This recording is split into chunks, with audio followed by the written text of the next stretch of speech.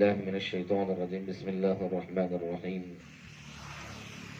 يا داود إنا جعلناك خليفة في الأرض فاحكم بين الناس بالحق بالقسط صدق الله العظيم. கணிதற்குரிய அல்லாஹ்வின் நல்லடியார்களே, 76வது வருடத்தினுடைய குடியரசு விழா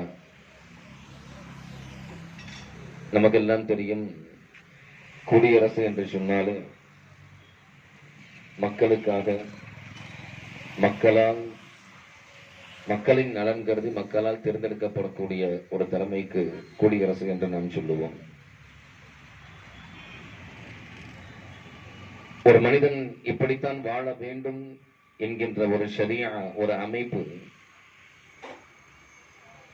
அல்லாஹ் அமைத்து கொடுத்து விட்டான்.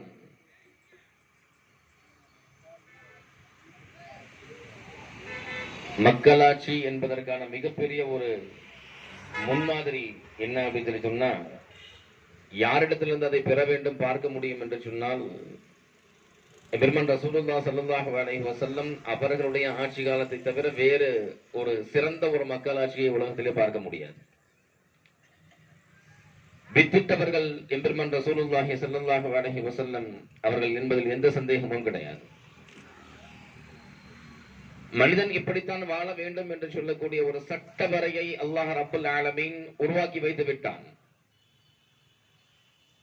அதனால்தான் அல்லாஹ்விற்கு ஹாக்கிம் என்று ஒரு பெயர் இருக்குகிறது.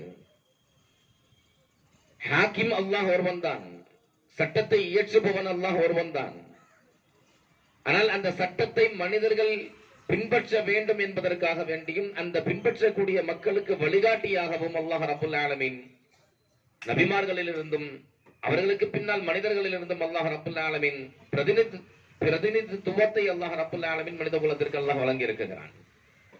குர்ஆனில் அல்லாஹ் ரப்பல் ஆலமீன் பேசுகிற போது, யா தாவூது இன்னா ஜஅல்னாக கலீஃபத்தன் ஃபில் அர்த் ஃபஹ்கும் பைனன் நாஸ் பில் கிஸ்த். தாவூத் அலைஹிஸ்ஸலாம் அவர்களை பார்த்து அல்லாஹ் சொல்லுவான், உங்களை இந்த உலக மக்களுக்கு ஒரு பிரதிநிதியாக நாம் ஆக்கி இருக்கிறோம்.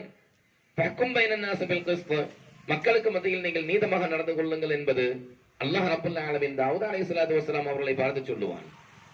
உலகத்தில் எந்த மனிதரும் ஹாக்கிமாக முடியாது, அல்லாஹ்வுடைய கலீஃபாவாக ஆக முடியும், அல்லாஹ்வுடைய பிரதிநிதியாக ஆக முடியும். ஒட்டுமொத்த உலகமும் இயக்குவது அல்லாஹ் ஒருவன் தான் என்பதை நாம் அறிந்து வைத்திருக்கிறோம். ஆனால் அந்த இயக்கம் அல்லாஹ் எப்படி உருவாக்கினானோ அது போலவே நடந்து கொண்டிருக்கிறது. சூரியனுக்கென ஒரு சட்டம் இருக்குகிறது, சந்திரனுக்கென ஒரு சட்டம் இருக்குகிறது. அதன் வழியில் பயணிக்க வேண்டும் என்று அல்லாஹ் ரப்பல் ஆலமீன் உறுதி செய்யதன் பின்னணியில் எல்லா வஸ்துக்களும் அதன் வேலையை, அதனுடைய சட்டங்களை தொடர்ந்து அதனுடைய வாழ்க்கையில நடத்தி கொண்டே இருக்கிறது.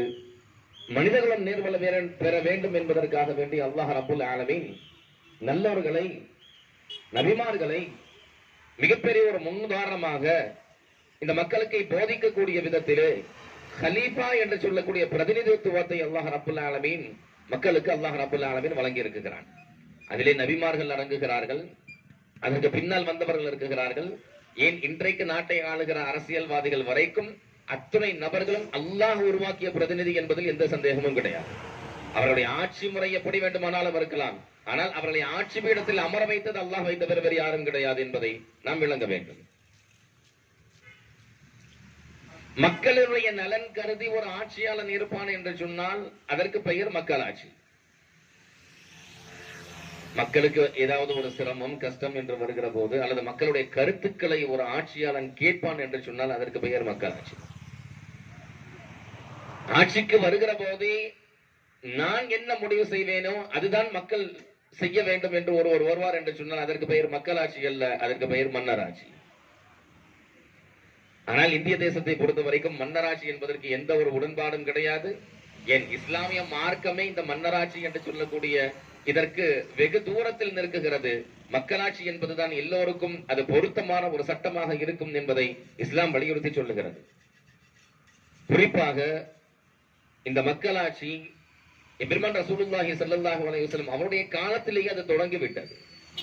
இன்றைக்கு நேற்று உருவானதல்ல, ஸல்லல்லாஹு அலைஹி வஸல்லம் காலத்தில் அது தொடங்கிவிட்டது. குர்ஆனில் அல்லாஹ் ரப்பல் ஆலமீன் ரசூல் ஸல்லல்லாஹு அலைஹி வஸல்லம் அவர்களை பற்றி ஒரு செய்தி சொல்லுவான்.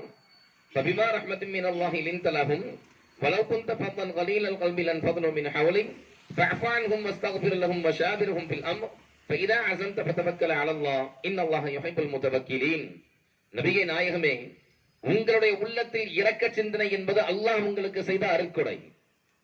யாரின் மீதாவது நீங்கள் கடுகடுப்பானவர்களாக இருந்தாலோ அல்லது மக்களுக்கு மத்தியில் நீங்கள் கோபமூட்டக்கூடியவர்களாக இருந்தாலோ நிச்சயம் அவர்கள் உங்களை விட்டு விரண்டு ஓடி இருப்பார்கள் என்று அல்லாஹ் ரப்பல் ஆலமீன் குர்ஆனிலே சொல்லுவான். நடைமுறை அரசியலையும் கொஞ்சம் யோசிக்க வேண்டும். எத்தனையோ அரசியல் தலைவர்கள் முகம் சுளிக்கக்கூடிய வகையில் நடந்து கொள்ளக்கூடிய நேரத்தில் நிறைய வெறுப்புகளை சம்பாதிக்கக்கூடிய ஒரு சூழ்நிலையை, கால சூழ்நிலையை இன்றைக்கு நாம் பார்க்கிறோம் அல்லவா? அல்லாஹ் ரசூல் ஸல்லல்லாஹு அலைஹி வஸல்லம் அவர்களுக்கு சொல்லுவது அதுதான். உங்கள் உள்ளம் கடுகடுப்பானதாகவோ கோபமூட்டக்கூடியதாகவோ இருந்தது என்று சொன்னால் நிச்சயம் மக்கள் எல்லாம் அவர்கள் திசை மாறி போயிருப்பார்கள், உங்களை விட்டு வெகு தூரம் போயிருப்பார்கள் என்பது அல்லாஹ் குர்ஆனில் சொல்லுகிற செய்தி. அது மாத்திரமல்ல, தொடர்ந்து ரப்பல் ஆலமீன் பேசுகிறான், நீங்கள் ஏதாவது ஒரு முடிவு செய்திருப்பீர்கள், ஆனால் அந்த முடிவுக்கு சில நபர்கள் அதை கட்டுப்படாமல் இருப்பார்கள், அவர்கள் அல்லது அவர்களுடைய செய்முறைகள் ஏதாவது உங்களுக்கு கோபமூட்டக்கூடியதாக இருக்கும். நாயகமே, அப்படிப்பட்ட ஒரு நிலை ஏற்படுகிற போது நீங்கள் அவர்களை மன்னித்து விடுங்கள் என்று அல்லாஹ் ரப்பல் ஆலமீன் சொல்லுவான். நீங்கள் அவர்களை மன்னித்து விடுங்கள். அவர்களுக்காக வேண்டிய அல்லாஹ் இவர்களின் பாவங்களை மன்னித்து விடு என்று அல்லாஹ்விடத்தில் நீங்கள் கேளுங்கள். உங்களின் விஷயத்தில் நீங்கள் அவரிடத்தில் நீங்கள் மஷூரா செய்து கொள்ளுங்கள் என்பது அல்லாஹ் ரப்பல் ஆலமீன் குர்ஆனில் சொல்லுகிற செய்தி. இதற்கு பெயர் தான் மக்களாட்சி. அரசியல் பீடத்தினுடைய உச்சகட்டத்தில் இருந்தாலும் கூட தான் ஒரு விஷயத்தை செய்ய முற்படுகிற போது அதை மக்களிடத்தில் ஒரு ஆலோசனை கேட்க வேண்டும் என்பது நபி ஸல்லல்லாஹு அலைஹி வஸல்லம் அவர்கள் நமக்கு காட்டி தந்த மிகப்பெரிய ஒரு வழிமுறை இது. அதுதான் மக்களாட்சி என்பது. ஸல்லல்லாஹு அலைஹி வஸல்லம் பத்ர் போர்க்களம் முடிகிறது. கைதிகள் எல்லாம் கைது செய்யப்பட்ட ஒரு அணியில் நிற்க வைக்கப்பட்டிருக்கிறார்கள். கைதிகளை என்ன செய்வது? நபி ஸல்லல்லாஹு அலைஹி வஸல்லம் அவருடைய உள்ளத்தில் ஒரு விதமான எண்ணம் இருக்குகிறது. ஆனாலும் அது மஷூரா செய்ய வேண்டும். எடுத்தவுடன் எந்த முடிவுக்கும் யாரும் வரக்கூடாது என்று ஸல்லல்லாஹு அலைஹி வஸல்லம் அவர்கள் முதன்முறையாக அந்த ரஅயை சையதுனா உமர் ரலியல்லாஹு அன்ஹு இடத்திலே கேட்பார்கள். உமரே, கைது செய்து வைக்கப்பட்டிருக்கக்கூடிய இந்த கைதிகளை நம்ம என்ன செய்யறது அப்படின்னு சொல்லி கேட்கும் போது உமர் ரலியல்லாஹு அன்ஹு, நமக்கு தெரியும் இயற்கையில அவர்கள் கோபம் ரொம்ப அதிகம், அவர்கள் ஜோஷ் ரொம்ப ஜாஸ்தியா இருக்கும். அவங்க சொன்னாங்க, யா ரசூலல்லாஹ், இவங்க எல்லாம் இஸ்லாத்துக்கு வந்தாலும் பிரயோஜனம் இல்லை, இஸ்லாத்தை இவரை நம்ம மன்னிச்சு விட்டுட்டாலே பிரயோஜனம் கிடையாது, அதனால இவங்களை பதில் செஞ்சிடலாம், இவங்களை முடிச்சிடலாம் அப்படின்னு வந்து சொல்லுவாங்க. நபி ஸல்லல்லாஹு அலைஹி வஸல்லம் அவர்களுக்கு இது ஒப்பல. இந்த விஷயம் அவர்கள் ஏற்றுக்கொள்ளக்கூடிய வகையில் இல்லை. அவர்கள் யோசிக்கிறார்கள், வேறு ஏதாவது நாம் எண்ணியது போல ஒரு அபிப்பிராயம் யாராவது சொல்லுவார்களா? அடுத்ததாக கேட்பார்கள், அபூபக்கர் ரலியல்லாஹு அன்ஹு அவங்க கிட்ட, அபூபக்கர் நீங்க ரஅயை சொல்லுங்க, என்ன செய்யலாம்? அபூபக்கர் ரலியல்லாஹு அன்ஹு சொல்றாங்க, யா ரசூலல்லாஹ், கைது செய்யப்பட்டு வைத்திருக்கக்கூடிய இந்த நபர்கள் ஈமானை ஏற்றுக்கொள்ளவில்லை என்பதை தவிர பெரிய பெரிய பாவங்கள் எல்லாம் எதுவும் செய்யவில்லை. அவர்களிலே நல்ல பண்டிதர்கள் இருக்குகிறார்கள், படித்தவர்கள் இருக்குகிறார்கள், கல்விமான்கள் இருக்குகிறார்கள். நம் இஸ்லாமிய பெருமக்களில் யாரெல்லாம் கல்வி கற்காத நிலையில் இருக்குகிறார்களோ அந்த பண்டிதர்களை வைத்து இவர்களுக்கு பாடம் எடுக்கட்டும், இதுவே பிணையாக அவர்களுக்கு நாம் ஆக்கி கொண்டு அவர்களை நாம் விடுதலை செய்து விடலாம் என்று சொல்லுவார்கள். சையதுனா அபூபக்கர் ரலியல்லாஹு அன்ஹு அவர்கள். நபிகள் நாயகம் ஸல்லல்லாஹு அலைஹி வஸல்லம் அவர்கள் உள்ளத்தில் என்ன நினைத்த